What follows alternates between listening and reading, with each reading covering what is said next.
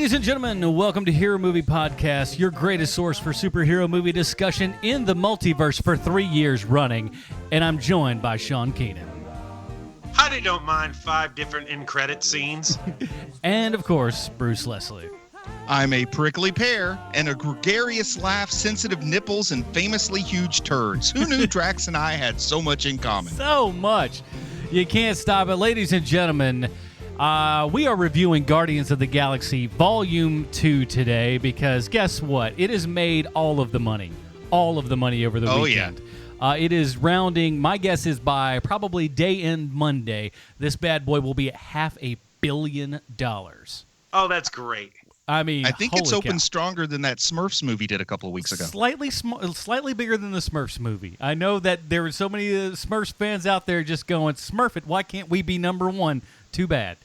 But Guardians of the Galaxy is there. And it's interesting because Guardians of the Galaxy, the first Guardians of the Galaxy, was the first, little HMP knowledge for you kids, was the first movie that we ever reviewed to get a perfect score from each one of us. All three in the Dick Graysons, man. That was the first one. Yep. Will that happen again today? We shall see, everybody. But we got this bad boy jam-packed full of good stuff. Now, first of all, I do want to say that this is our Patreon month. For those of you that have gone out and supported us on Patreon, patreon.com/HMP, we thank you oh so very much. We gave away a sticker pack next week. It will be coming soon. And by the way, I do want to say to Eric, don't worry, buddy. I got the mug coming out to you. It went to a wrong address, so we're going to fix that for him. And I'm sure I'll see him at Dragon Con this year. I'm going to give him a little something extra when we get there as well. So. He means a kiss. He means a kiss, Eric. Yikes. Eric's a handsome man. He may get, well, if, you know. Don't keep going with that thought, Adam. He gave me some booze last year. If he boozes me up, he might get a kiss if he ain't careful. So, so what we're going to do every single week here on Patreon, Appreciation Month, as I've just now coined it, we're giving away stuff, man. Last time was a sticker pack. Today we are doing probably the most insane thing that we've ever done on this show. We're putting what we review in your hands. Now, every single month, those that vote on that go out on Patreon and support us are able to vote on one of the movies that we'll actually watch this month. But that being said, we are actually going to give this exclusive power to one of you that we're about to draw right now. So I've got the HMP hat, as it were, right here. I'm going to dig in. We're going to pull out a name, and this person, barring a couple of things, we'll pretty much review whatever the heck it is you want us to review. So I have pulled a name from the hat, and I'll read it. Oh, long-time supporter here. Gorgon Campy, give us a call, my friend. Don't give us a call. We don't have a phone number for you to call. I don't know. Give us a call right now, 555-1212. No, these kids are wonderful.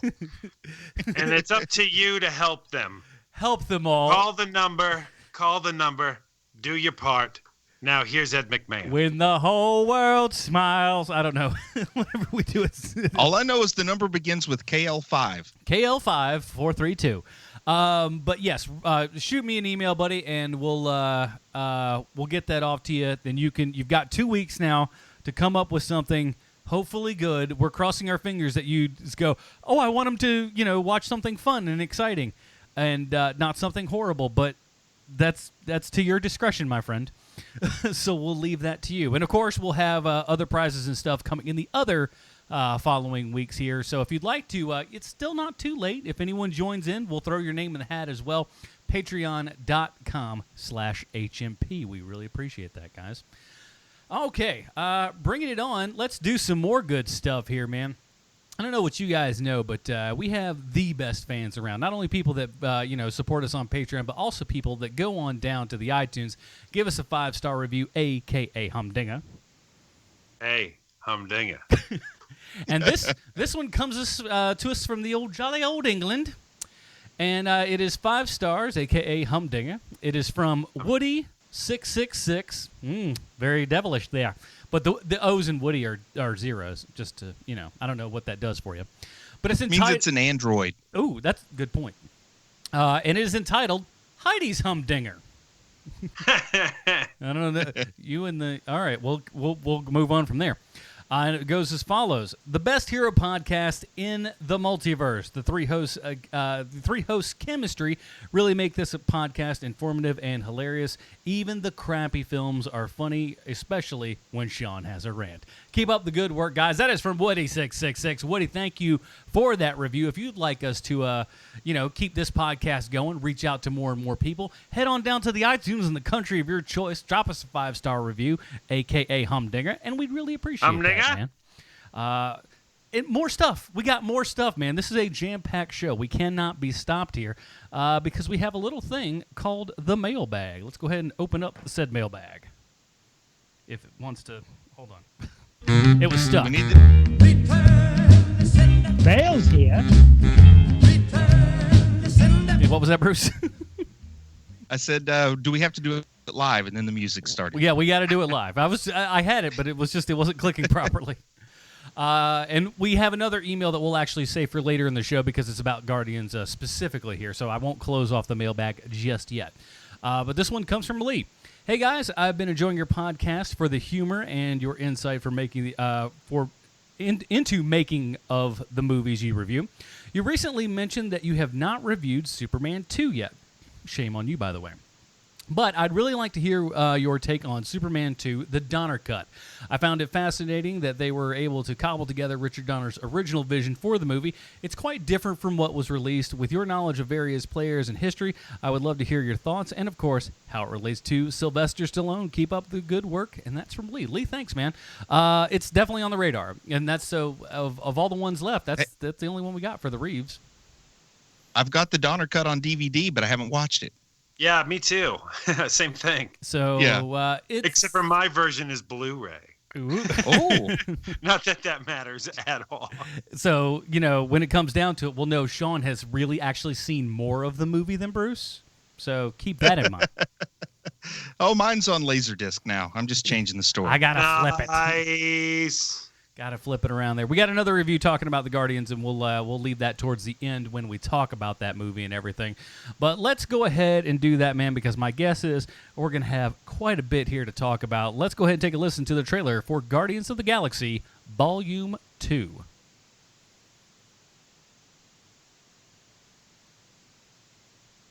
Good job, YouTube. You're really just knocking it out of the park.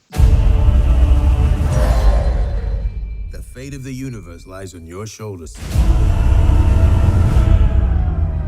Now, whatever you do, don't push this button. Because that will set off the bomb immediately, and we'll all be dead. Now, repeat back what I just said. I am Groot. No! No, that's the button that will kill everyone. Try again. I am Groot. Mm-hmm. I am Groot. Uh-huh. I'm Groot. No!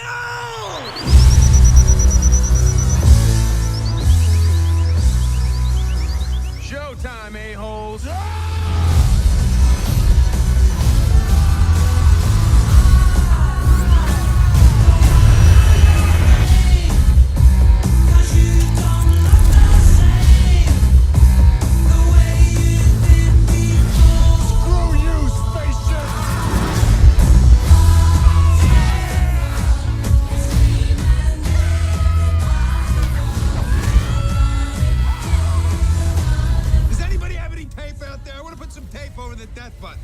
Nobody has any tape. Not a single person has tape. You have an atomic bomb in your bag. If anybody's gonna have tape, it's you. I have to do everything. You are wasting a lot of time.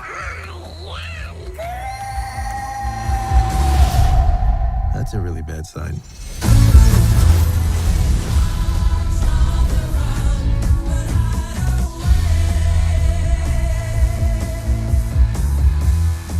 If I touch someone, I can feel their feelings.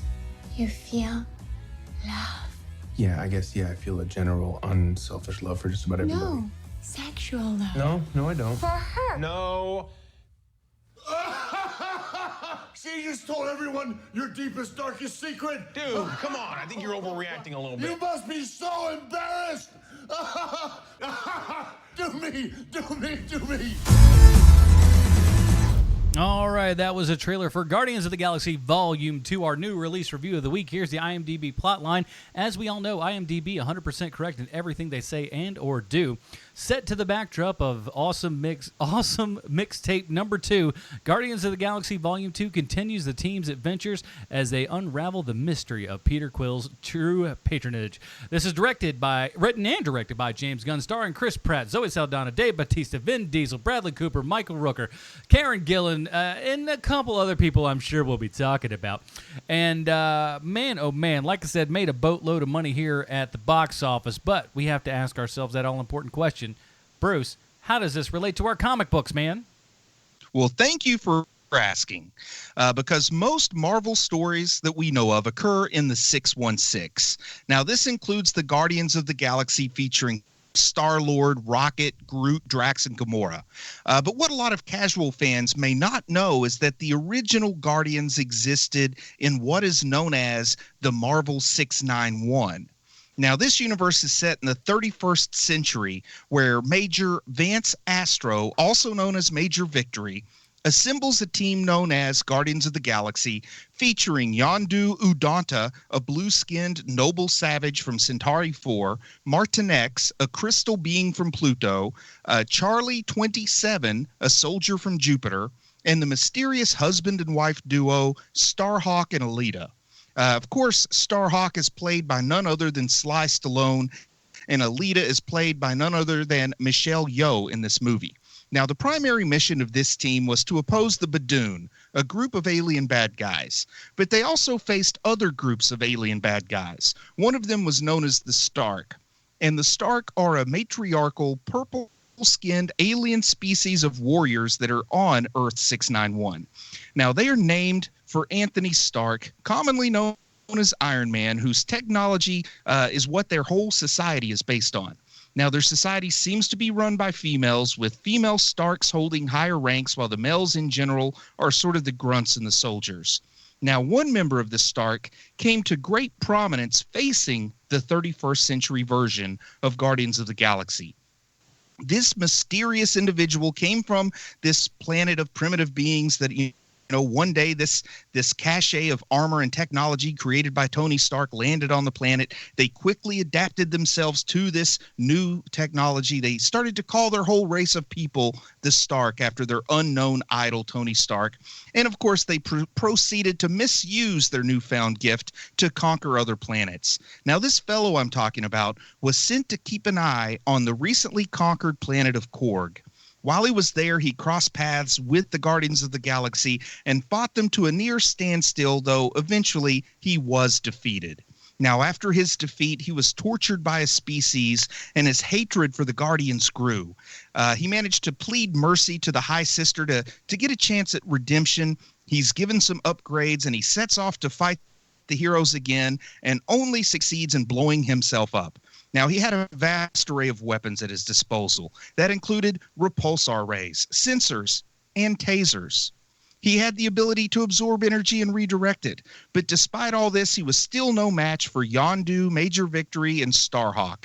Now, who was this mysterious alien? Well, he's gone by several names. He was called Nemesis 1 for a while. He was also known as Overkill. But you, dear listeners, probably know him as Taserface. Yes, Taserface of Guardians of the Galaxy Volume 2 fame had an illustrious career as a cosmic villain in the pages of the original Guardians of the Galaxy. The team that this movie implies will be made up of Sylvester Stallone, Michelle Yeoh, Ving Rhames, and unless my ears deceive me, Miley Cyrus. That is our incarnation of the original Guardians of the Galaxy that we're given. So imagine that. We could have an MCU movie starring Sylvester Stallone and Miley Cyrus. Listen, Marvel, you had me at Taserface. You didn't have to go full mind-blowing awesome there. But since you're at it, go ahead and make Howard a member of the team. I know it absolutely messes up canon, but I'll allow it this one time. So Earth 691, Taserface, and Miley Cyrus are your comic book connection this week. Let me tell you something. For those of you that are brand new to this show, That's what we do here. We do things that you're not going to find on any other podcast. Show me another podcast that does exactly what Bruce did there. Well, dude, to be fair, that's what Bruce does. I usually have some crack I have to say about one of the actors, and you just keep talking. Bruce is the one who does all that. Hey, listen. That's what I'm saying. He's the linchpin. Oh, man, and not to spoil too much, but I am looking forward to Sean's bit at the end of this one, because I have a feeling he's going to give us an unexpected turn. I don't know. There is a turn this time. It's kind of how he's good that way. He's good that way. Well, so let me ask you before we start, right? Before we get into it, what did you guys overall? When you guys went into this, how high were your expectations? Mine were actually a little reserved. I had kind of heard some early screeners, like the intellectuoso movie reviewers say that it fell a little bit flat. So I was a little nervous going into it. But this is the first time you're hearing my review, Bruce. What do you know? Oh, I'm. No, for me it was it was reserved. I wanted to. Here's the thing. Like I said, we all really loved the first movie a whole bunch. And, the same creative team is coming back for this again, and there's no reason why we shouldn't like it. So, but at the same time, there is that sequel thing, man. Can it, is the magic going to be there again? So I went in with the most base of expectations. Luckily, they were super smart with all of their advertising and stuff. I didn't see every single trailer, but the trailers that I did see were very, very minimal and only happened within mostly the first 30 minutes of the program and everything. So it didn't feel like I was walking in knowing a lot of what was kind of going down and stuff. And I really kept away from everything. And, boy, I think it made a lot more, everything a lot more enjoyable that way. For me, what I came into, because this is the thing I was second most excited for 2017, Star Wars being number one, this being number two. Because I think this is all of us, right? We all really like James Gunn, correct? Oh, yeah. Oh, yeah.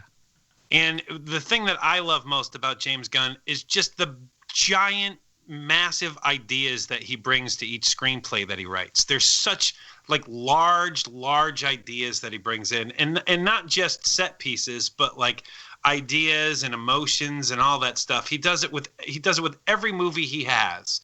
And for me, this movie did not disappoint in any way when it came to that. Yeah, and I think that's going to be a lot of the theme of this review and everything is really because writer and director, which is very rare with these Marvel movies, rarely do you have that giant authorship throughout the entire process and everything. I think a lot of it's really going to be talking about him and how he did this balancing act that I think would be very hard for many other people to do. And some of the baggage I was taking with me into this sequel is the fact that within the past year and a half, I'd made the realization that Guardians of the Galaxy, Volume 1, if you want to call it that for clarity's sake, but I had made the realization that was my favorite MCU movie. I liked it better than, and I know Sean's not going to like this when I say it, but I liked it better than The Winter Soldier. I liked it better than Civil War. I liked it better than either of the Avengers movies. With time, I made the decision that was, for me, the flagship of the MCU. So there's a whole lot of room to fall flat on my face here if this doesn't turn out so well, to make me regret choosing this as my preferred franchise from the MCU. Well, Bruce, but I get that because, it's a matter of taste, Yeah. And this movie, more than any other Marvel movie, more than any movie that we've seen in a very long time, is just fun. It's so much fun watching these people. Watching this movie, I felt like somehow the studio, without me remembering it, did a focus group of one where they just let me watch whatever they had, and they asked me if I had any ideas, and no matter how ridiculous, absurd, or over the top it was, they took all of them and put it in the movie. I feel like they made this movie specifically to get me to give it a good review at the cost of everybody else in the world. It just feels like, to me, this movie, it's just so bold. Both of them, 1 and 2 here, because 2, I can see people walking out of 2. I totally can, and going, you know what, that was not what I wanted it to be. But that's the point. A sequel is not supposed to be the exact same thing we just saw. Mm-hmm. Right. That's otherwise you're going to have Austin Powers 3 and Hangover 2 and 3 and just sequelitis. And these are two completely and totally different themes and size of the movie. Because the first movie is a fairly, even though they're saving the universe or saving the galaxy, is it's pretty small when you think about it, you know. And this is a much bigger movie than the first one. But at the same time, I would almost say there's almost an intimacy level with this one as well, even despite as big as it is. And that's what I think is very, very interesting, is still having that grandiosity to everything and the still intimacy within the characters and narrative at the exact same time.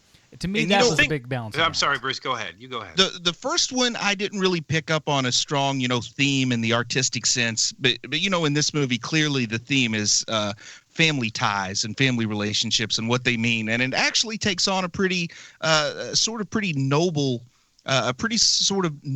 task upon itself, while at the same time giving me the jokes I want about turds and Pac-Man and David Hasselhoff. Now, I will say this from the outset, just so everyone out there knows, because I know with really big new releases and stuff, we always get new members to the audience, first and foremost. Welcome. But from this point out, we will be spoiling everything in this movie. So at this point, if you've not seen Guardians of the Galaxy Volume 2, you might as well just come back when you're ready, man. Because with all of our reviews, should hit that early. No, we didn't really say too much, I don't think. But we haven't said anything yet. No. It's all generality. But what I do want Oh, man, I've already spoiled the turd joke. I think we know where your loyalties lie. Darn you, Leslie. But no, so spoilers from here on out. That's kind of how this show goes. We're very spoiler rich on everything because we assume that you've probably seen it, and or when we review bad movies, you probably don't care. Yeah.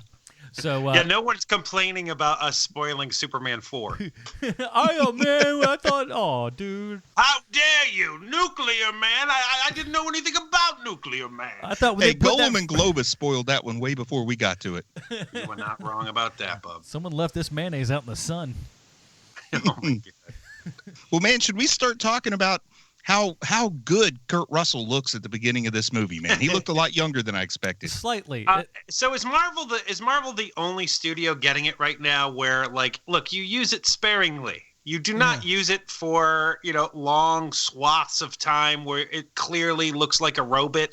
Like they're doing a very, very good job with this de-aging stuff. Well, they learned the harsh lesson with Tron. That is true. Yeah, I mean, the one in Tron looked absolutely just terrible. But this is good. And here's the thing. It's still, like everything else, letting the kind of flaws of that person's actual face. And flaws are, it's not necessarily a negative term because we all got them, except for Keenan. But being able to just let a face be what that face is and stuff. And like you said, they did use it sparingly, and there's enough kind of like, hey, he's got his shades on for the first little bit, and then a bit of back of the head, if you will. But when you do see it, dead on, it's not so de-aged and so, ridiculously young that you just go, oh, it's terrible. It works.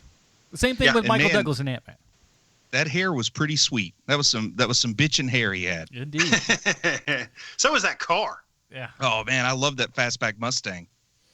I am not a fan of the Fox. I'm not a fan of the Fox body, but I do like the color scheme to it, where it's just disgusting. When you look at it, you want to throw up. It's great. I like it that you have to look real close and say, now is that a souped up Pinto or a souped down Mustang? That's what I like about it. Nothing says class. They're both Ford and named after horses. But we start out in the 80s, man, and that's I don't think we've necessarily. Well, was Ant-Man technically in the 80s? I guess. Yeah, we saw a young Michael Douglas. Yeah. So I guess it was probably. I was just trying to put all the timelines together because there's a lot of stuff going on. Now, speaking of timelines, because I want to get this straight, because I've seen some brouhaha on the internet, and it drives me up the wall. And we'll get into more specifics later. But this movie itself takes place, one would assume, several months or so after the first Guardians of the Galaxy. I think James Gunn himself has said 3 months after. So very close thereafter, because some people, there are events that happen in movies that people go, wait a minute, where are all the Avengers? First of all, do you think the Avengers are going out to the middle of the country when things go down at the drop of a hat? Come on, people, get real. Plus, I mean, all that really happened was a Dairy Queen got smashed. Yeah. That's they're biggie. all fans of Ben and Jerry's anyway. Yeah. There ain't no Dairy Queen that they're worried about in New York and Avengers in their ivory Avengers Tower. Plus, how upset would you be if Thor fixed everything and then the movie's over? Yeah, exactly. And then I don't know what was going on. So it starts out in 1980 and it says 34 years later, so that we know we're in 2014. And I don't know what's going on with the rest of the MCU in 2014. Somebody can put this timeline together, but maybe that's when Doctor Strange had his car crash and stuff. It's Age of Ultron, isn't it?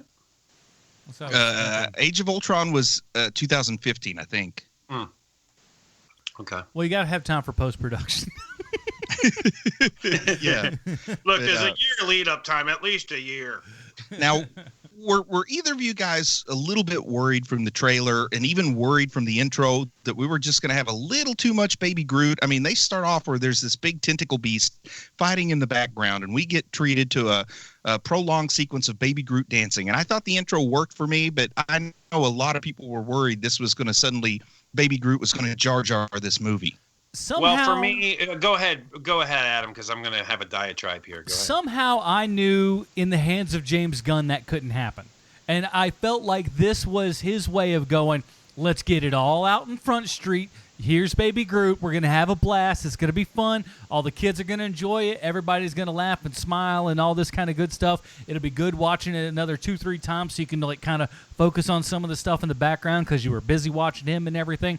But to me, this was, hey, let's get it out of our system so we're not focusing on Baby Groot the entire time, and that can just be something that happens later, and we're all cool with it. But I think I knew what he was doing from the get-go. How about you, Sean? For me, from a writer's standpoint, the reason why they front-loaded it with Groot is because they have to. Mm-hmm. Because he's the only character in this entire movie that doesn't have his own story arc. Every single other main character in this movie gets their own focus. It almost the way that the first Avengers does it, where each character gets their own story arc, gets their own time. The only character that doesn't get their own time in this movie is Groot, and so you need to front load it with Groot so people aren't like, why aren't we focusing more on Groot? And that's a perfect way to do it because you don't have to have any character development. You don't have to explain anything. He's just dancing to music as everyone's getting their head kicked in from the alien. It's great. It's like he doesn't have the storyline, but he's got business, and that's what they wanted to just kind of focus on, that business part, and let's get all that kind of going and stuff so you can enjoy it. Because literally every single other character in this movie has a story arc and their own drama, and there's a lot going on in this movie. Now, do either of you know if Vin Diesel actually came back to do any more reading, or if they just took all the? He's credited as such. Him. No. I know that it's him. He came in to do it. They brought him in again. Yeah. I was just wondering because he said the reports from the first movie are that they recorded like him saying I am Groot a different ways like 1,000 times, and I thought all they had to do was take what they already had, throw it into Adobe Audition and shift the pitch on it to sound like Baby Groot and just recycle a lot of it. I didn't know. Did you see the video that they put out right around the first one where he's dubbing the Spanish version? I haven't seen it. He's standing in Soy there. Gruto. No, he does exactly. So he's standing there, and he's got these big black aviators on, and he's wearing like this tight white shirt, and he is getting into it like you've never seen before. And you thought he was like he looked like he was going Stevie Wonder or something. And he's just yo soy Groot, and it was just like he was like everything in his body. It's just like you're enjoying this way too much, dude.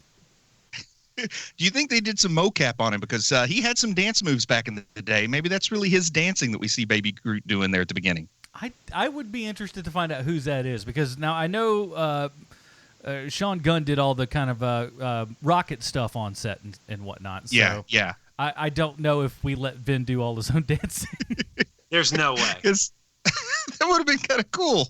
It would, but there's no way that happened. I'm just glad I'm glad they don't do facial capture, because he always just like, if you've seen that new Fast and the Furious movie or any of those Fast and Furious movies, he's just got that I smell poop look on his face the entire time. So thank God. I just wanted him on set doing mocap. I wanted him on set doing mocap when Bautista, when Drax said, we're not friends, we're family, and just see the steam come out of his ears because he didn't get to say that line from his other franchise. Yeah, Vin's been all about family this summer.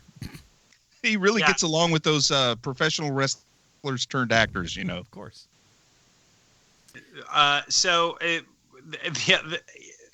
let me start over. So Vin Diesel, no matter what happens to his acting career, he's always going to have voiceover work because what an amazing voiceover actor he is. Isn't he great? Yeah, absolutely. Oh man, I love The Iron Giant to this day. One of my faves. It is my oldest daughter's favorite movie of all time. Yeah, good movie, man. Never heard of it. I'm kidding. I'm sorry I brought the show to a halt, everybody. Yeah, he's a good voice actor. He's got that deep voice, man. And also, voice acting's kind of, it's one of those nice things if you got a talent for it and, you can kind of do it solo, do it on your own, work on your own schedule. I think it's a cool thing that he could keep doing for a long time, even if he wanted to retire from more strenuous acting. All right, so since we're talking about voice acting, let's get into this. I believe now after 2 movies, I've seen the man in tons and tons of things. This is my favorite Bradley Cooper role ever. Oh yeah, no, hands down, of course. And I like Limitless. Limitless is good. I like him as an actor. This is the best thing he ever does because you don't listen to it and go, boy, that's Bradley Cooper right there. Not a bit. And it is. I love what he does as Rocket. Limitless is a great movie. He does a good job, and he does a good job in everything he's in. But nothing hits home for me the way that Rocket's voice does. Yeah, when he doesn't get to do that. He doesn't get to do that half Brooklyn, half raccoon accent in his other movies. Yeah, there's no shaking plastic babies like he did in American Sniper. Boy, that's a blast. Try to make that baby seem alive. Oh, it's so good. And then were you surprised at how early they gave up the goods? We go to that snowy planet with the robot ladies that do the stuff, and Yondu's up there buckling up his belt buckle, and I hear a real familiar voice say something like "Yo, Adrian" or whatever. It's so good that you just you can just hear him in the distance, and you're just you sit straight up in your chair going, "Here it goes, boys and girls."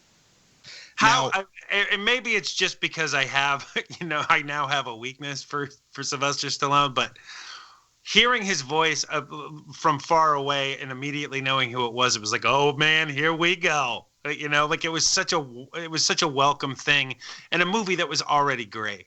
Now, I tried really hard to avoid spoilers, so I did not know he was Starhawk. Like when they call him Stakar or whatever, and I realized, oh man, this is Starhawk. This is like old school Gene Cologne, Guardians of the Galaxy character Starhawk. I had no idea that that's who Sly was going to be playing. Did you guys already know he was going to be Starhawk? No, and I will say this, Gene, one of the most underrated guys out there. Just putting that. Even though I've never pronounced his last name correctly. Nope. I try to say it differently every time, hoping I get there eventually. It's just Colin. But I didn't know that his character was Starhawk until you just said, oh, by the way, Sylvester Stallone was playing Starhawk. He's a big deal, man. Starhawk's a big deal. I know Stakar Agord. Yeah, and Alita, whatever. His wife was Michelle Yeoh's character there at the end, which I don't know if I said her last name correctly either. That's but correct. You know who I'm talking about. You did. Okay, I didn't know if it's Yeoh or just Yo. It's Yo. It's Yeoh. Good. Jeez Louise. But man, I did not. I almost thought that Sylvester Stallone was going to be in one of the end credit sequences, or he was just going to kind of show up real small in this. I didn't know, man. They're setting him up for Volume 3 being a big part. The man has said he wants to do his own solo, solo, but probably with that group movie. He's said it. So.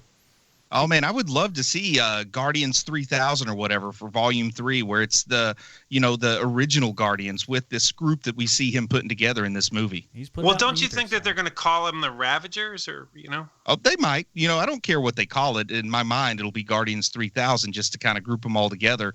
The sad thing is, and I've seen a lot of people asking this question. I just don't see how they can work Major Victory into it, which is going to be the one glaring omission because you can't really.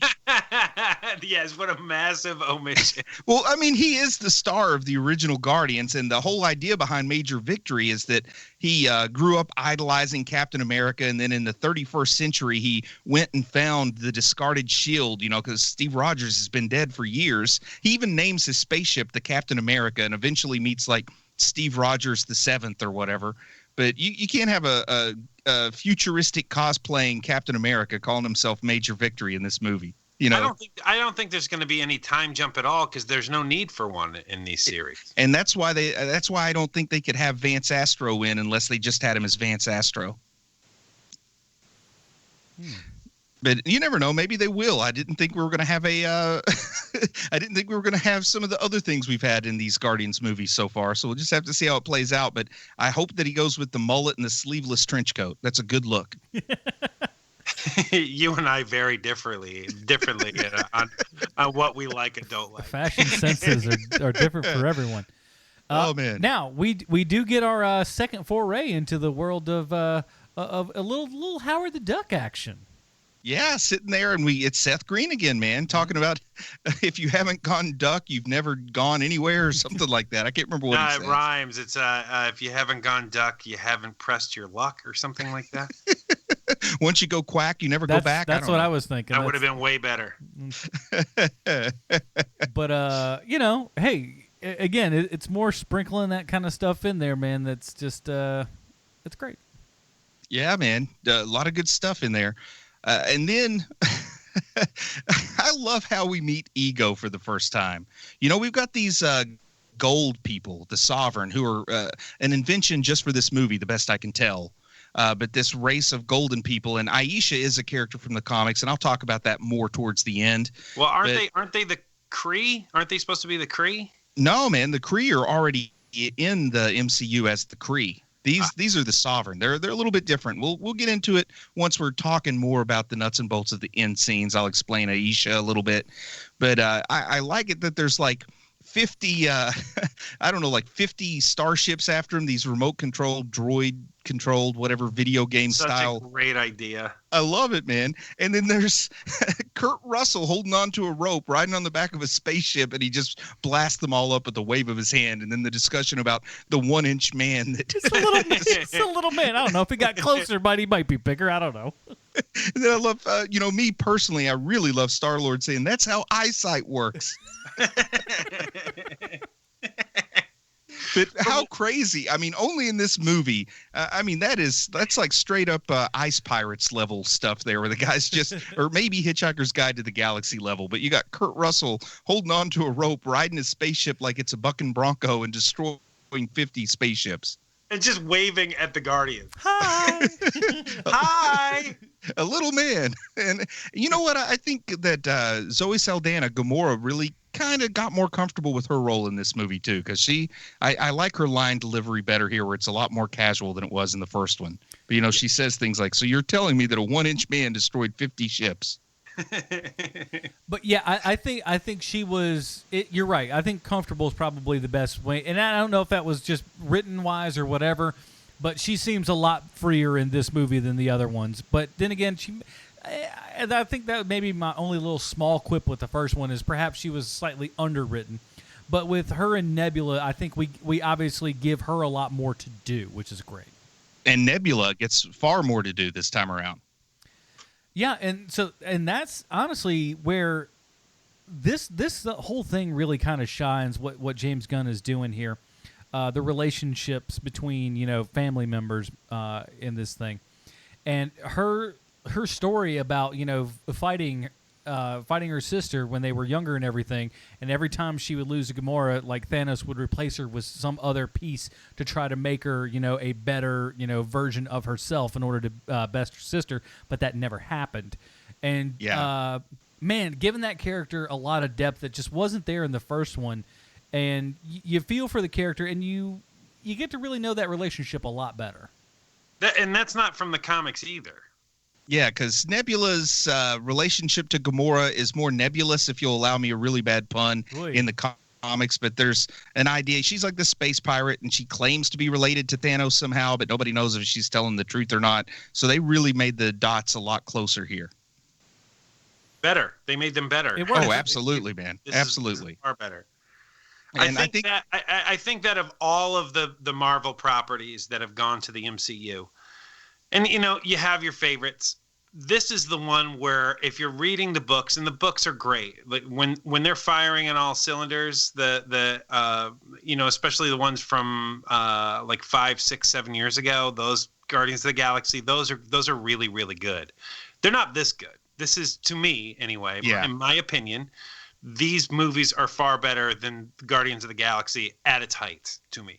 And this is also a nice one too. I mean, you're going to get the occasional deep diver into Guardians lore that's going to be upset about the changes, but there aren't any kids that grew up with Nebula lunchboxes like we have with Captain America, Iron Man, the Hulk, so they can play a whole lot looser with the canon here. Nobody is going to get upset because they totally changed the backstory on Mantis, And to me, that's one of the most fabulous things about this is even going back to the first Guardians. This is and it shows you how well-oiled of a machine Marvel is dealing with here, is that they took an entire group of things that no one knew from, anything, and they made it like, I think it was the third highest grossing movie of that year up until like Hunger Games and I think American Sniper, speaking of Bradley Cooper.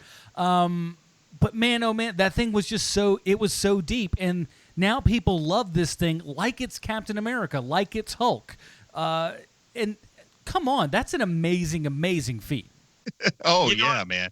I actually had a thought while watching this movie today that, eventually the superhero genre is going to die out. I mean, it just has to. Your action movies, your westerns, they all go away after a while, and so will the superhero genre will also die out a little bit. But even if that happens, I think this is one of those franchises that could continue on even after that's over because there's no superheroes. It's all space stuff. Yeah, man, its competition is going to be Star Wars and Star Trek, and it's not going to be the Dark Knight 7 or whatever. Right. And, one of the weird things that they could do is because it looks like that's exactly what they're doing in this movie, they could branch off into its own sub-series, Mm-hmm. Oh, absolutely, man. And the one big advantage here is that they really, really lay on the liberal humor, which to me means their competition is going to be Star Trek, which is pretty easy competition for this franchise, rather than trying to be a little more serious and taking on Disney's other property, the War in the Stars movies. Yeah. Well, the thing with that is like they already know. They're like, hey, look, we got great counter programming to our own programming. But I did like Mantis here, man. This actress, I don't know much about her. I know she's like a francophonic Canadian from what I could find on Wikipedia or whatever. Right. But you are right, she is. But I really like Mantis, a character that I never cared that much about in the comic. I mean, she's got an interesting behind-the-scenes story with Jim Starlin, and she more or less has been in both Marvel, DC, and Image or whatever. But I like what they've done with her here. I like the way this actress portrays her. She makes for a real nice screen couple there with Drax and a lot of their hyper literal back and forth. It's really fun to have those two characters being their weird self with each other. And something that I'm glad about is that she didn't feel like she was just kind of thrown in there. She didn't feel like a Cousin Oliver, if you will, like, oh, we just needed to add one more character in here. And again, I'll go back to this a whole bunch. There's no fat with this thing. Everything that is in this movie for a sole purpose, and anything that did not have to do with that purpose was taken out. And James Gunn is such a master at doing this. Every bit of her dialogue, everything that she's there for, it's just like what they tell you to do in screenwriting, but nobody does, which is everything comes out of their mouth is leading towards something else. And, since they are really emphasizing the Star-Lord and crew version of the Guardians, Mantis turned out to be such a key part of that team. There was a revelation, I think it was after the Cancerverse, but it might have been during, that it turns out Star-Lord had used the empathic powers of Mantis to convince the team to get back together when they really didn't want to. So it's kind of cool to introduce her here and maybe have some kind of twist like that on down the road. Yeah, that is cool.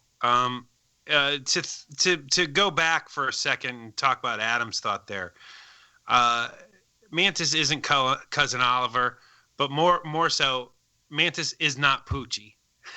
True. There ain't no Poochie here. And one of the things that I really like about this movie is that the people that they're bringing in, they originally bring in people basically to set up a comic bit. Whether it's Taserface, whether it's Mantis, you originally meet these people through a comedy bit, and then you learn more about them after that. So you have Taserface, you have Mantis, where there's that great setup that people are going to remember forever about her knowing Star-Lord's deepest, darkest secret. Like, that's real. That's really, really smart. I mean, it's just smart. Now, are either of you guys surprised to hear me say that I really, really liked it, that they seriously upped Drax in this movie. I mean, I liked him good enough in the first one, but man, shocker, I know, but he's far and away my takeaway favorite character from Volume 2. Yeah, that is a wild shock coming from you. But no, honestly, a lot like Zoe Saldana's Gamora, it felt like he was a lot more comfortable in the role. And was able to and I don't know if it's just the fact that it's written that way or if it's the actor himself. Either way, I don't care, but it's great. And it feels like he's far more comfortable, the character's far more comfortable, and is able to really interact with people on the best level that they possibly can. Well, I also kind of feel like when the first movie's being written and they're making this choice with Drax, like there's a little bit of a nervousness in the back of, I guess Gunn primarily wrote the script for both of these, right? Correct. Yes. So I feel like he's like, oh, man, I don't know how people are going to go for this. I'm just going to use a little bit of a light touch. Then after the first movie was so well received, he was comfortable writing the character the way he wanted to write it, too. You know, that's the feeling I get because, man, I'm Team Drax after this movie. And that wasn't necessarily something I said after the first one. Yeah, I liked him in the first one, though. I liked him in the first one, too, but I wouldn't have said he was my favorite thing about it. But I think this time I'm saying he's my favorite thing about it. Well, I think that the poop line had a lot to do with you loving him so much. You know what? I have to concede that point to you in this great debate. But I think that, well, first of all, let me ask this. Does Bautista have the same love for this character as like Chris Evans has for Captain America or Robert Downey Jr. has for Iron Man? Do we know that? I think he does. From what I've read and everything, I think he really digs this role. I think he's mentioned recently he wants to do something with Spider-Man, for heaven's sake. So I think he's down. Well, the Spider-Man and Drax movie. That's a bad idea. Well, hey, a lot of bad ideas come from a lot of actors. We ain't got to do them, but we just got to go. Oh, ain't that cute? You get back to reading them lines, big boy. Remember when Ferrigno kept asking for a love interest for the Hulk on the old TV show? I just think that the Hulk would like to have I want to kiss a girl. Man. But, I was also a little nervous with the first one. Was it just kind of a fluke? Is Bautista going to be able to handle this long term? Wrestlers that try to make that transition to acting, the list of successful wrestlers is exactly one until Drax comes around, in my opinion. I'm no huge John Cena fan in terms of his acting. I'm also very glad that he wasn't chosen for this role instead of Bautista, but I think this guy has what it takes for Drax to do it as long as they'll let him do it, man. I'm all for it. Now, I'll say this. I'm not a giant wrestling fan, but I'll give John Cena a little bit more credit. I think that guy really knows who he is and knows what works for him. Because like his role in like Sisters and even Trainwreck, which by the way was a horrible movie, he's great in those. I don't think he would have been great in this role, but I wouldn't mind seeing him in some sort of superhero thing. I think if he got a little bit more, under his belt, he might be okay. You guys are also forgetting another wrestler in a massive role. I know where we're going with this. Bonesaw's ready. Oh man, I thought you were going to talk about Fezzik, who is, inspired some of my own creative endeavors. That's right. Well, we got Rowdy Roddy Piper too, but that Oh, Rowdy Roddy, my favorite wrestler of all time. Put the glasses on. He's no junkyard dog, but he's pretty good. Grab them cakes. So we always try to be. But yeah, I think Dave Bautista is doing a great job here. Again, I think and I think he likes what he's doing. I think he wants to continue doing this, and so it's all good. Well, how much fun was it when we got to see Rocket flex his muscles a little bit when he gets to fight a whole bunch of Ravengers? Man, that's so cool. I love watching it. See, here is the thing that I keep thinking about with these movies, especially something this big. And this is actually a pretty good one-for-one comparison. So Pirates of the Caribbean, the first movie comes out. Mm-hmm. It is surprising how good that movie is because it's clever and Johnny Depp is perfectly cast and we want to see more of Johnny Depp as that pirate, right? Yeah. Same thing with Guardians of the Galaxy. You watch Guardians of the Galaxy, it's surprising that Talking Tree and the raccoon are awesome. And it turns out that the fat kid from Parks and Rec is also really great. So now we go to the second one. Pirates of the Caribbean, the second movie, is not nearly as clever as the first, and then there's diminishing returns after that one. However, the second Guardians movie is just as clever as the first one. Yeah. And so that's the big difference. As long as they stay clever with these movies are going to roll on forever, whereas Pirates of the Caribbean keeps going, even though that horse been dead for about 7 years now. Yeah. I don't want to admit to this because honestly, I've never seen past the first half hour or so of that Pirates movie. I know most people loved it. I got bored as crap. That latest Pirates trailer wasn't half bad, though. There was a little bit of comedy in that was kind of, I don't know. It was fun for a sketch. I don't know that I want to go watch a 2.5 hour movie on account of it, but save it for the trailers.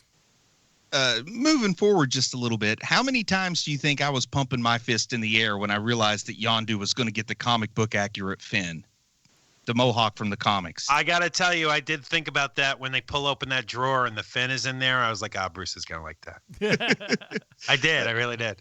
Oh, standing ovation time in the movie theater. I'm telling people, you better get up and start pumping your fist with me here because this is awesome. So what you're seeing here, you don't appreciate it, but this is a thing of beauty, man. That was one of my complaints, one of my few complaints from Volume 1, which is not the name, but it's easy to refer to it that way. Sure. Was the fact that his mohawk was so far off from the comics. And man, James Gunn had the confidence to say, you know what? Bruce wants the real mohawk, because he did that focus group of one. We're going to give him the real mohawk. Even if they do call it a fin, I'm all for it. But James Gunn had the confidence to make Ego the living planet. And a very comic book accurate one too. Once we get to see his face floating through space, man, I mean that guy has Vidalia onions. He's got onion hangers because, good Lord, the chances and risks. This guy just made $120 million budgeted movie, and there's a planet with a face on it, and it was serious. Yeah. And we get the flying Pac-Man fight too, which was another fist pumper. Oh, so good. Even the line about building statues. We're going to have Skeletor, Pac-Man, Heather Locklear. I'm going to build some weird stuff. I'll paraphrase. I'm going to build some weird stuff. I love it, man. And now, so many, that was one of the things that I really, because I'm a big ideas guy. Like, I love seeing big ideas in movies. I love people taking risks. And this movie, I don't know if you can technically call them risks because it is Disney and it is Marvel and it seems like everything goes through a committee, but just such big ideas in this movie over and over and over again to the point where you're like, are they running out of ideas to do with these guys? Like, what is 3 going to look like? Because there's no way they don't make more of these. Yeah. Yeah. And Gunn has said he's like, he took a little while because he's like, look, I really need to think about if I need to take the next 3 years of my life to do this. He's like, I'd like to, but you got to understand, these are the last 2 things that I've done. They've taken up a large portion of my time. But he has said, I want to close this out with number 3. And he said, good. Guardians 3 will actually, get this, Sean, set up the next 10 years of the Marvel Universe, according to him. Oh, man. And then, not only does he get the new fin, but I appreciate when they show just how formidable Yondu can be, that he's not just a leader of a ragtag group of space pirates, but, in his prime, he was a feared person for a reason because they show him just slaughtering that entire ship. To me, that's the moment where we get to see Yondu be awesome, just like a few scenes before we got to see Rocket be awesome out in the woods. Mm-hmm. Well, let me ask you, Bruce, because I only have a passing knowledge of Yondu from the comics.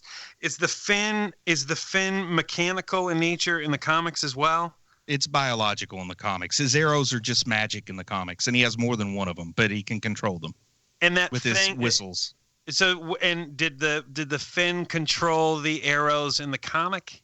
I don't think so. I think that was something added here, but I think it was a nice addition. It worked for me. Yes, it's a good touch for sure. But it allowed him to go to that thing that I think that he probably wanted to do, but was just like, hey, let's dial it back a little bit here. First one out the door and everything. But they made it organic enough, so to speak, for an addition to one's head. But they made it work. Oh yeah. It's gonna seem impossible right now because the man just doesn't have any time. But that proposed Bounty Hunters Star Wars movie, I think James Gunn is perfect for that. Yeah. Now, it also the addition of the fin gave us a nice little extended comedy sequence with Groot bringing just ridiculous things, starting with dirty underwear, ending even with the little round thing that was right next to the fin before Sean Gunn finally gets to bring it in. And by the way, how about we show a little bit of love? I don't know how this actor from a small role on Gilmore Girls caught the director's attention and got such a big part in this movie. He is pretty great in this movie also. Oh, he was great on Gilmore Girls. I can't think of any weak spot in this movie. Maybe Kurt Russell, actually, his weakest performance in this movie. Yeah, I could see that. He seemed to be casual and not the good way at times. A little phoning it in kind of feeling came from him, his ego. Definitely has some Roger Moore acting ability happening in this. Yeah. Listen, let's not say things we can't take back. Look, I love Kurt Russell, man, but Kurt Russell is now playing Kurt Russell now that Gene Hackman has retired. He's taking all of those roles. You're not Just wrong be careful. there. You don't want to get on Goldie Hawn's bad side, so be careful. But no, you're absolutely correct. Kurt Russell's the best Kurt Russell that ever Kurt Russelled, for sure. Right. Oh man, he's good. He's good at Kurt Russell. Yeah. Now I'll say this, and we kind of touched upon it a little bit, but what I love about this movie and about what's kind of going on with Guardians here is this thing is we've got our regular MCU stuff, the stuff that's pretty much based on Earth for the most part, right? This to me, all the kind of the galactical stuff here, to me this is the punk rock Marvel universe, and I love that that's what Gunn is doing here. Because it's a little bit, while it's more colorful, it's also at the same time a little bit more gritty. There's a little bit more kind of dirtiness to it. You have, they push the language barrier more than they do in any of the other films. But yet they also at the same time don't push it so far to alienate people. I mean, for example, the fact that he gets to the point where the frickin' Guardians of the Galaxy, only he didn't say frickin', and by the PG-13 laws, he could have gotten away with saying that, and I thought that they might. But at the same time, I thought it was really strong of them not to.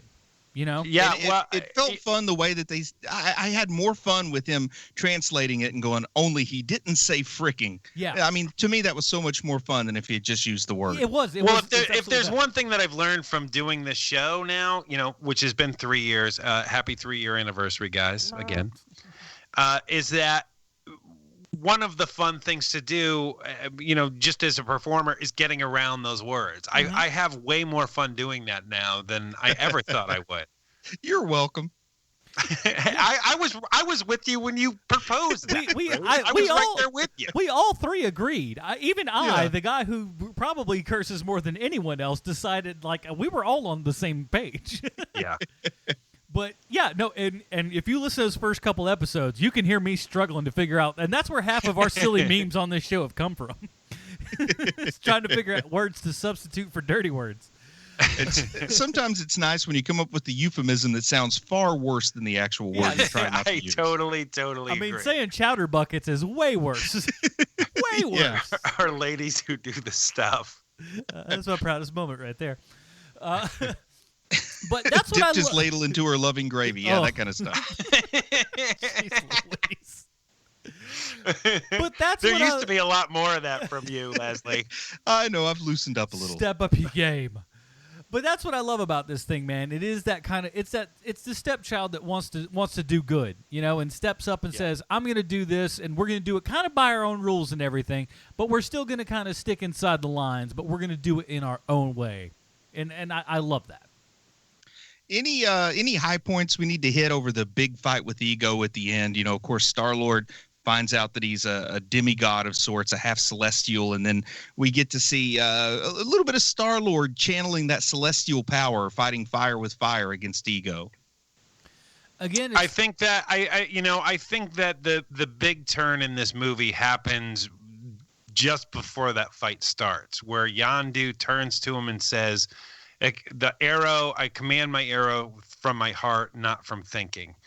And that is the big turn in this movie to me, because basically what it's doing is it's showing you that Yondu is closer to Peter than ego ever will be. Yeah. One, and two, that's how the flip can happen is you do this kind of thing from your heart, not from your head. And there was a part of me though that was wondering if he was going to say, I don't control it with my mind, I control it with my crotch, kind of like referencing back to the whole discussion. If my thing down there had a hand, it could have flown that ship for sure. And it would have fit in with this movie, but of course heart fits too.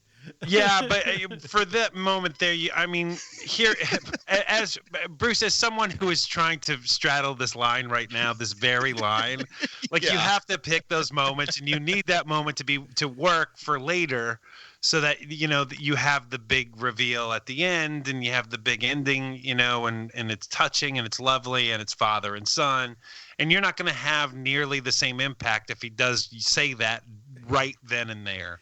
The junk line? And also they pay me back, they take that one away from me, but at least they give me the Mary Poppins y'all joke, which they paid me back for. I'm Mary Poppins, y'all. But I guess the best part of the big fight scene is, of course, there's all the silliness with Groot and Rocket going on. There's the search for tape. Like, I love how they can be casual in the middle of absolute existential crises here, looking for tape while meanwhile they're just fighting an unwinnable fight. I like some of that. I like some of that back and forth. Again, and of course, I like Pac-Man. It's the other brilliant thing to do, which is called all of this mess is going on out here. We hear it, but we don't see any of it. I love it.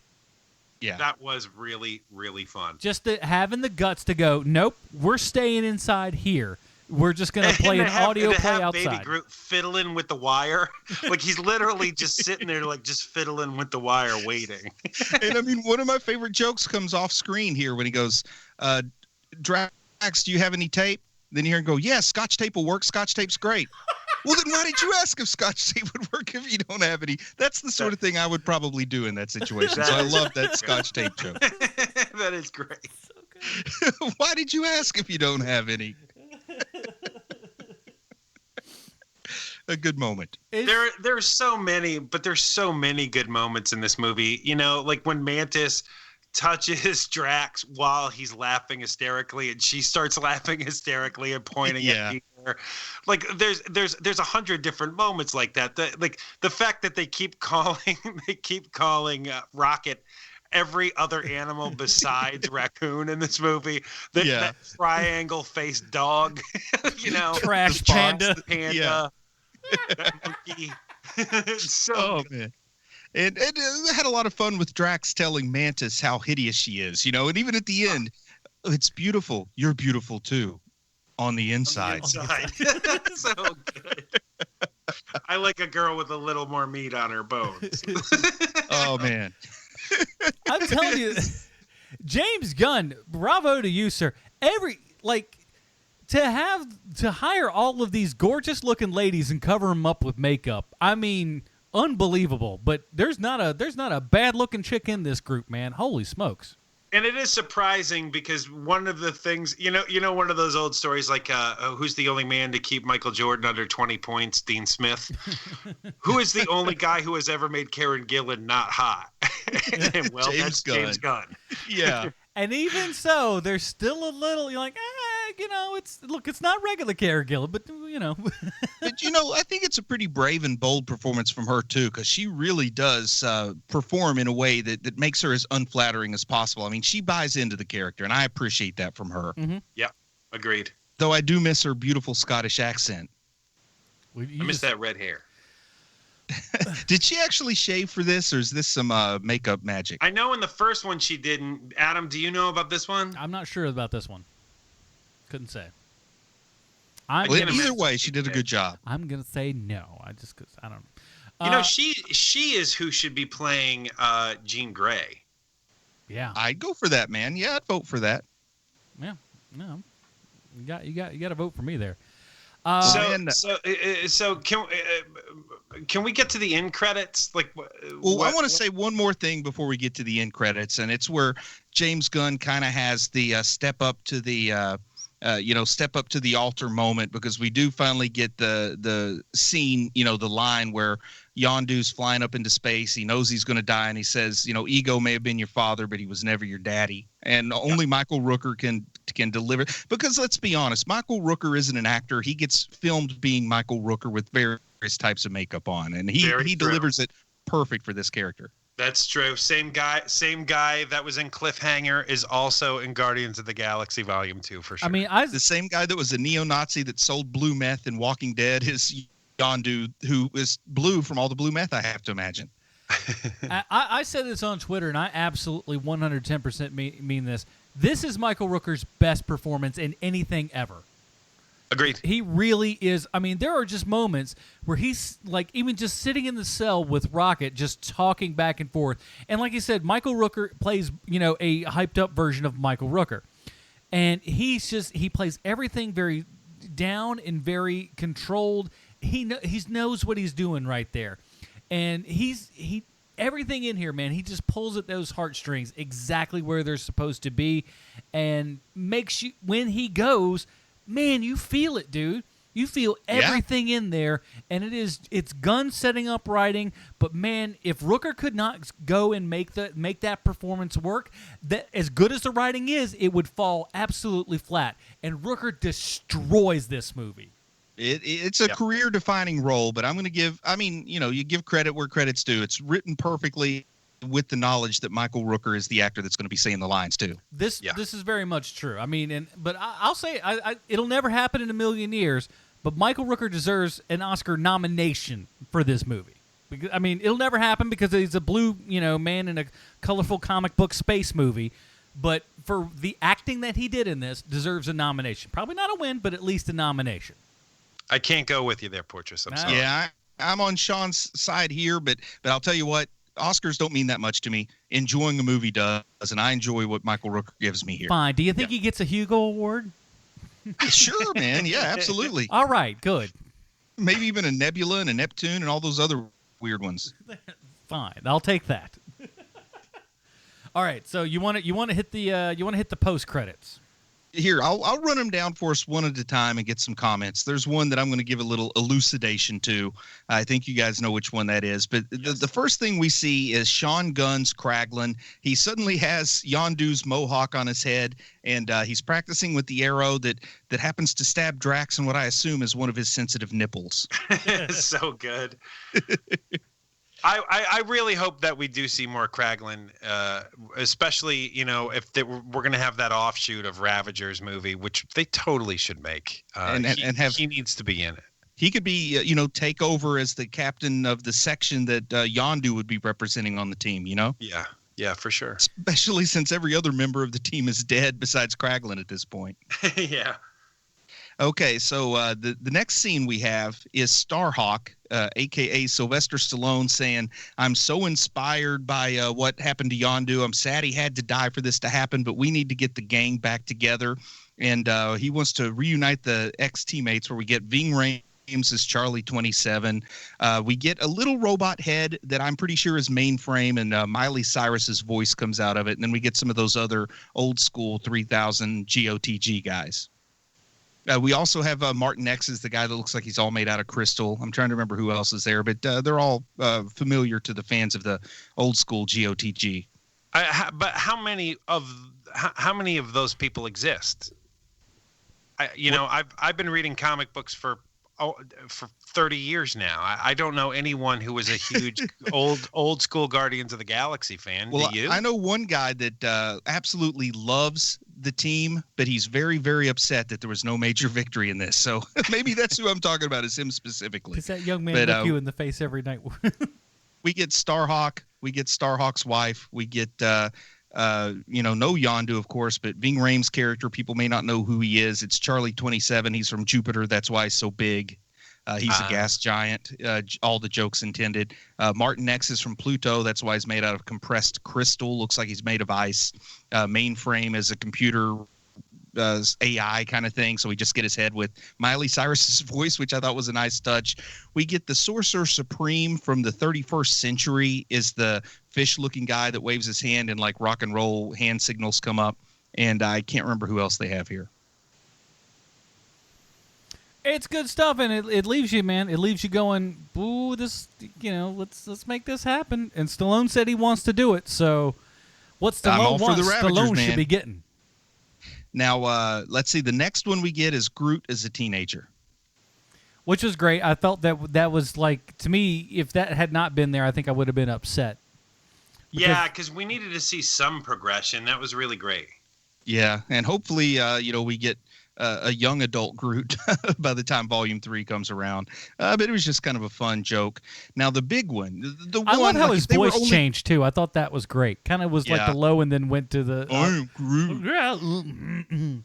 But of course, the big one, if they were only going to have one end credit scene, it would be back with the Sovereign, with Aisha. Mm-hmm. And Aisha is creating a new artificial being whom she plans to use to destroy the Guardians, and she shall name him Adam. And that, of course, is Adam Warlock that's being created. Initially, Adam Warlock was just known as him. He was created specifically to destroy some of our heroes and later, turned over to the side of the Guardians of the Galaxy. Also, Aisha here, this Princess Aisha, in the comics originally, she was simply known as her, and she was the female equivalent. She was the Eve to Adam Warlock. So she was created specifically to be a companion, to Adam Warlock. So that's why it's interesting. They're turning things around, having Aisha create Adam Warlock. James Gunn talked about wanting Adam Warlock in this movie and decided that that it already had enough people in it. But it's awesome to think that Adam Warlock could potentially show up even in one of the Avengers movies, the Infinity War Part 1 and 2 stuff. Well, isn't Adam Warlock the person who shows up in Infinity Gauntlet to stop Thanos? Am I right? Yeah, he's part of the, I think they're called the Infinity Watch that he ends up being a part of, where each one of them has to guard a stone to try to prevent the gauntlet from being put back together. But Adam Warlock, one of those Jim Starlin crazy cosmic characters, just like Thanos himself. So it's cool to see him, showing up. And then Aisha, who is his aide de camp at some points in the comics. So to have the two of them, potentially being bad guys together, that's cool. Now, that being said, Warlock has said they've said he's absolutely not in the Infinity War movies, so take that for what you will. In either one. He's not in either Infinity movie. Well, the second movie's technically not called Infinity anymore, so we don't know. But anyway, it's cool to know that he's on the horizon somewhere. I guess Volume 3 then. But, of course, if he were in it, that's exactly what they would say. I'm like one of those conspiracy theorists. That's what the government wants you to think. Yeah. And then, of course, our final actual end credits scene is basically a confirmation of a longstanding fan theory that Stan Lee is indeed a watcher in the Marvel movies, because he's standing there with Uatu and his buddies talking about the things he's seen. So we know that one of them is Uatu?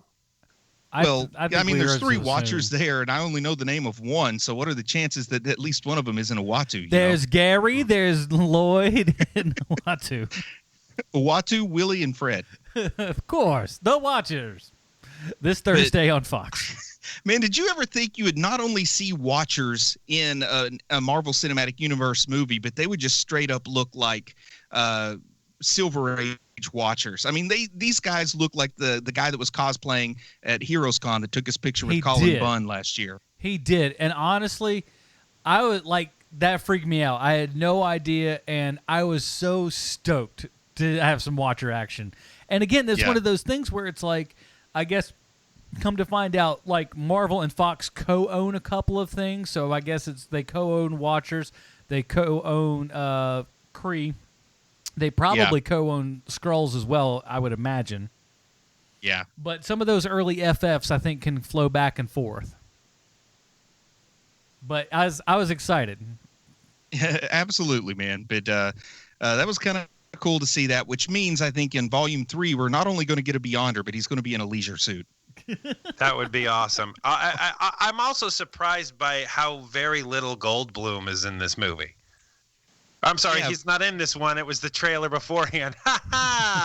No, Goldblum does show up, I think maybe dancing in the end credits. Credits. Yeah, he's credited as having a cameo in this. And I'm sorry. So is Cosmo the dog, but it's just a still photograph. Right. It was in my contract that I dance around a little bit. Michael Rooker dancing is a sight to behold, too, at the end of this movie. Man, you're not kidding.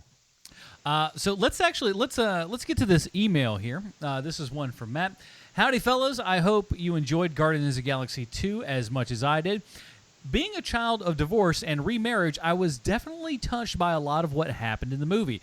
Can't wait to hear your thoughts on my Monday morning commute. As much as I enjoy this movie, I must say the marketing for this movie, like most superhero movies, really tried to convince me it would be the best thing I've ever seen. I love this movie, but I'm curious if you guys feel the same about these movies being shoved down our throats. Don't get me wrong, it was awesome, but how do you guys feel about the media and other sources, mainly sodas, candies, and credit card companies, over-advertising these films?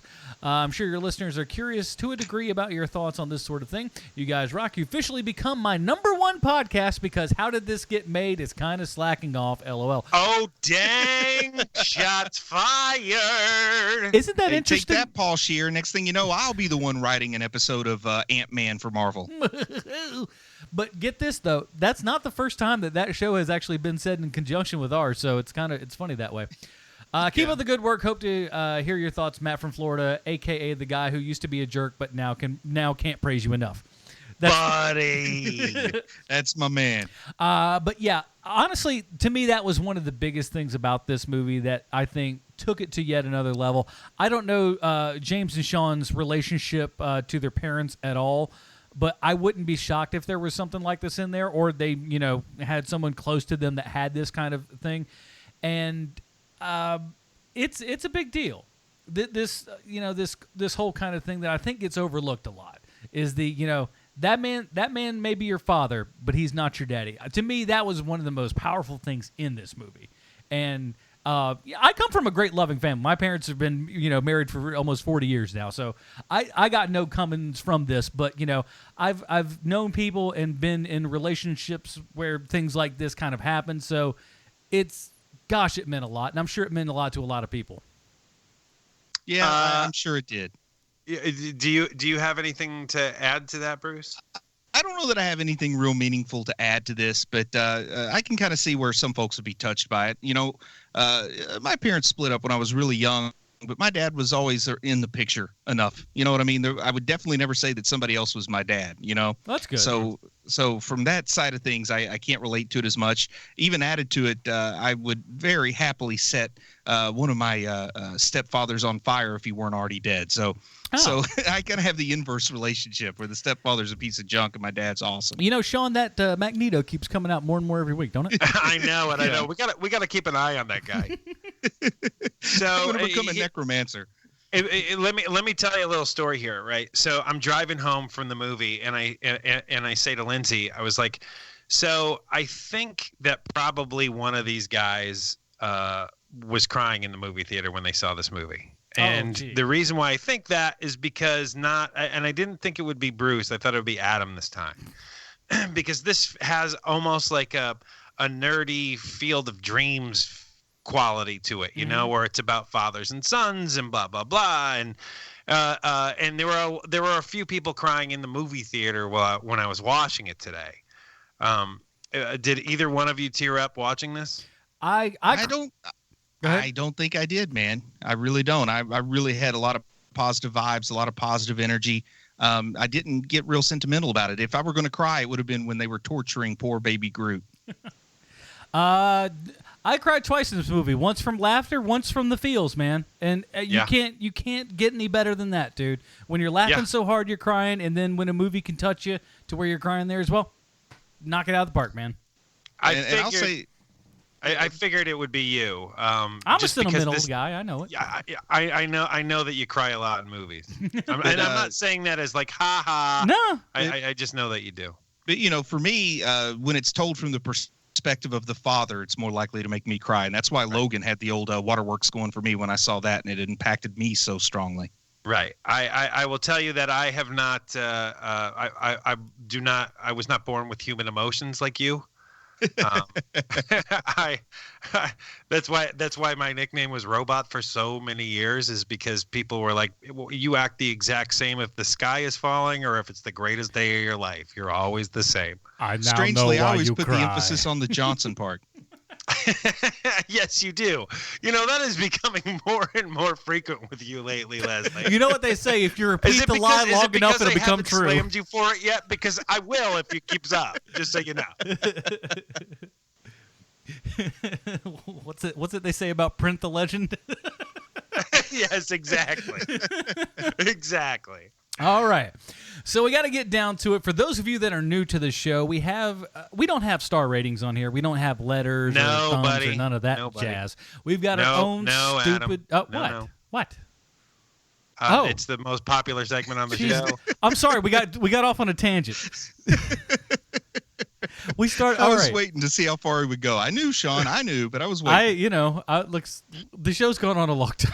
If there's ever a movie that has begged for this segment, it is this movie. I thought it was I'm sorry. I thought it was self-explanatory to everyone. So in that case, yes, that's what it is. Well, shut up. Just will you please give me this one? Well, unlike you, Adam, we actually do homework before we do these podcasts. Hey, listen. So like when it doesn't get recognized, and it stings a little bit. I'm not gonna lie. You hear this? A little.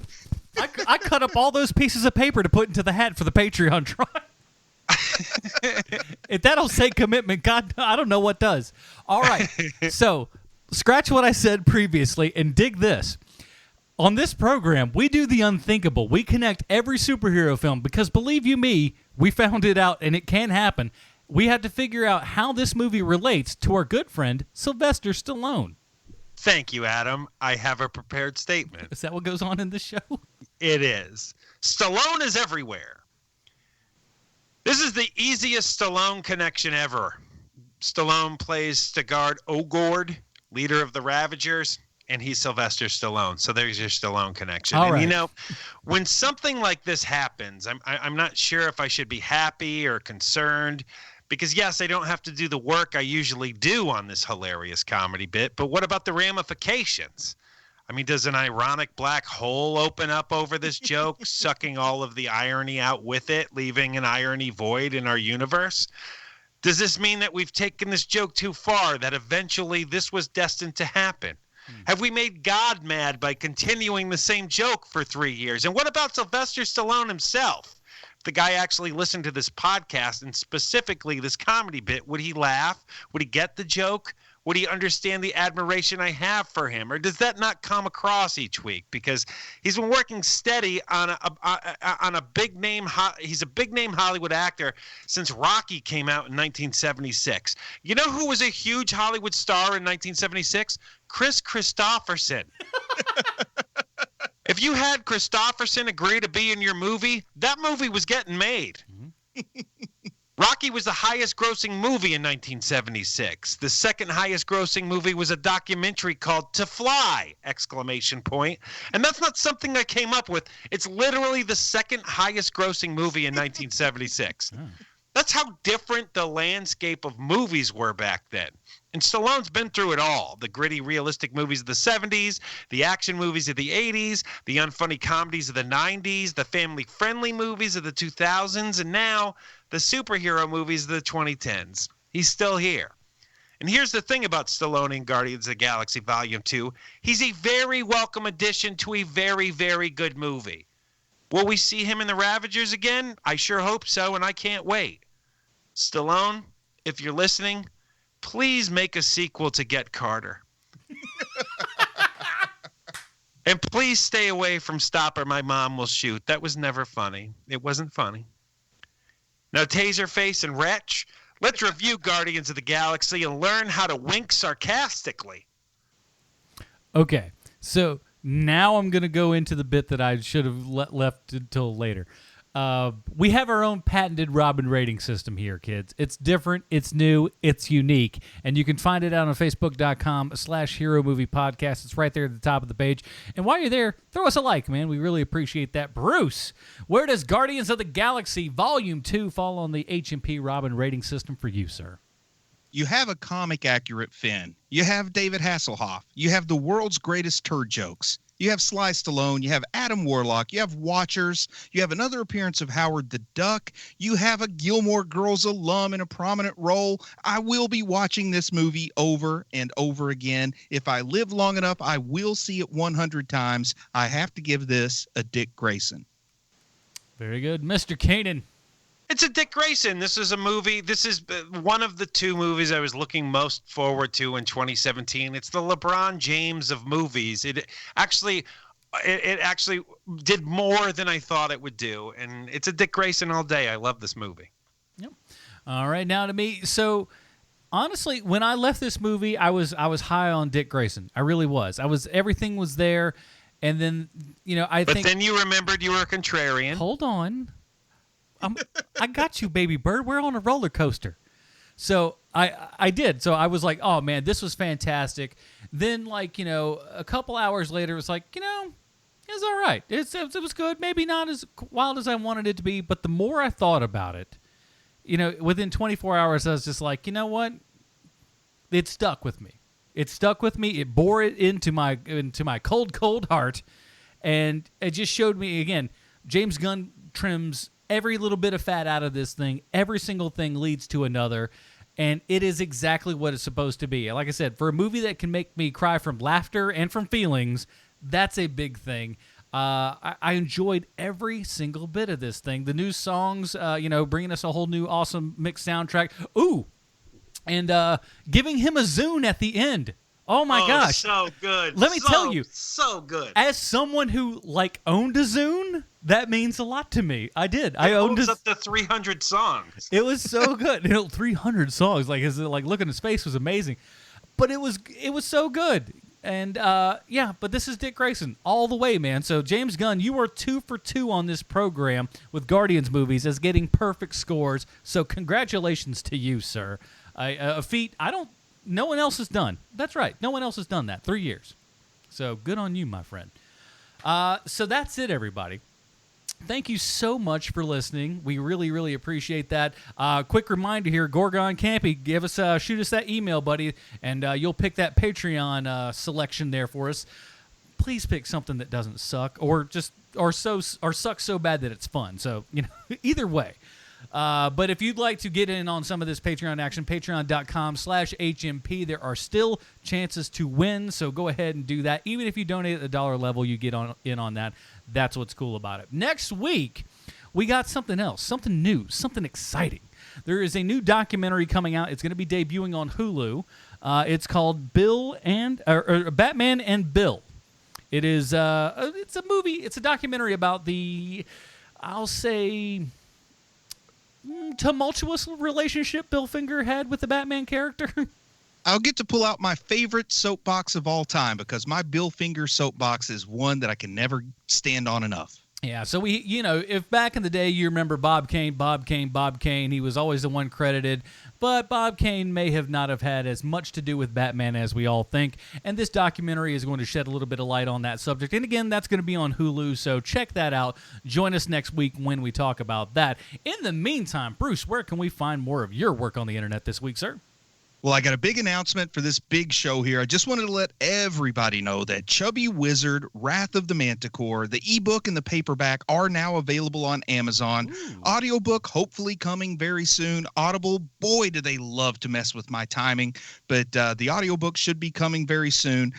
In movie terms, I would say that Dragon in the Needles was my personal passion project that I gave a limited release during Oscar season, and Chubby Wizard, Wrath of the Manticore is my crazy summer blockbuster packed full of action, humor, and fun. No serious themes are being pushed, just good fun similar to a nice drunken Dungeons and Dragons campaign. Search Chubby Wizard on Amazon and you'll find it, along with some weird stuff. Apparently there are multiple books by multiple authors about men who turn into bears and get it on with big beautiful women that come up when you search Chubby Wizard. I did not write any of those, though they have way more reviews than mine does. Maybe I should switch genres. But anyway, I also have an author page on Amazon. It's just amazon.com/authors/Bruce Leslie. So I am now a contemporary with Geoffrey Chaucer because he also has one of those author pages. And you can always go to chubbywizard.com for all the deets, as the young kids say. And by the way, if you guys aren't on Patreon, you missed out on the first half of the show that like the before show and after show that only Patreon people $5 and up end up getting. We went through the HMP book that Bruce is going to write. Let me tell you something. You're missing out if you don't get that. So, John, what do you got?